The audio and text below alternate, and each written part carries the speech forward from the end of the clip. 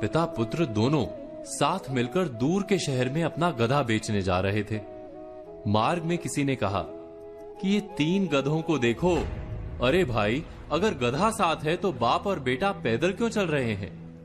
ये सुनकर बाप ने अपने बेटे को गधे पर बिठा दिया।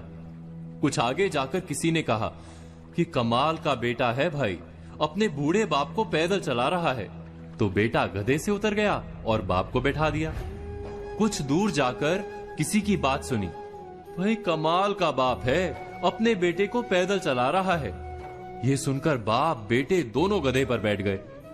फिर आगे चलकर किसी ने कहा, बेचारे गधे की तो किसी को फिक्र ही नहीं। यह सुनकर बाप बेटे ने तय किया कि हम ही गधे को उठा लेते हैं। जब उन्होंने गधे को कंधे पर उठाने की कोशिश की तो गधे ने भड़क कर लात मारी, दोनों की पसलियां तोड़ दी और भाग गया। हीन भावना से बंधे लोग क्या ऐसे नहीं जीते? कभी कभी हमारे सारे निर्णय लोगों की धारणाओं पर आधारित होते हैं। हम यही विचार करने में जीवन बिता देते हैं कि समाज क्या कहेगा। अपने जीवन का प्रवाह लोगों की बातें सुनकर बदलते रहते हैं। ऐसी हीन भावना हमें जीवन में सफल नहीं होने देती। क्या ये सत्य नहीं? ये सत्य है कि समाज से उत्तम कोई दर्पण नहीं। अपने आप का परिचय प्राप्त करने के लिए समाज के दर्पण में पड़ने वाले हमारे प्रतिबिंब को देखना अत्यंत आवश्यक है।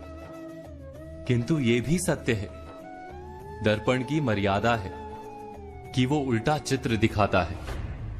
समाज के दर्पण में दिखने वाले प्रतिबिंब को सीधा करके देखना आवश्यक है।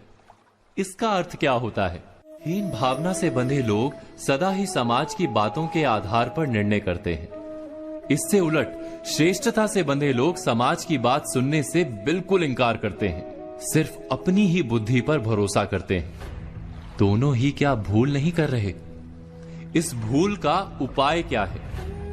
बहुत सरल सा उपाय है। हम जितना समाज के दृष्टिकोण को महत्व देते हैं, उतना ही अपने दृष्टिकोण को महत्व दें। अपनी शक्तियों और मर्यादाओं को जानकर आत्मविश्वास से भर जाएं। स्वयं ही हमारे निर्णय हमारे अपने होंगे और अहंकार से भरे नहीं होंगे। ना श्रेष्ठता से लाभ होता है, ना ही हीनता से लाभ होता है।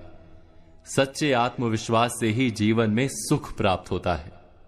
इस बात पर मनन, चिंतन, विचार अवश्य कीजिएगा।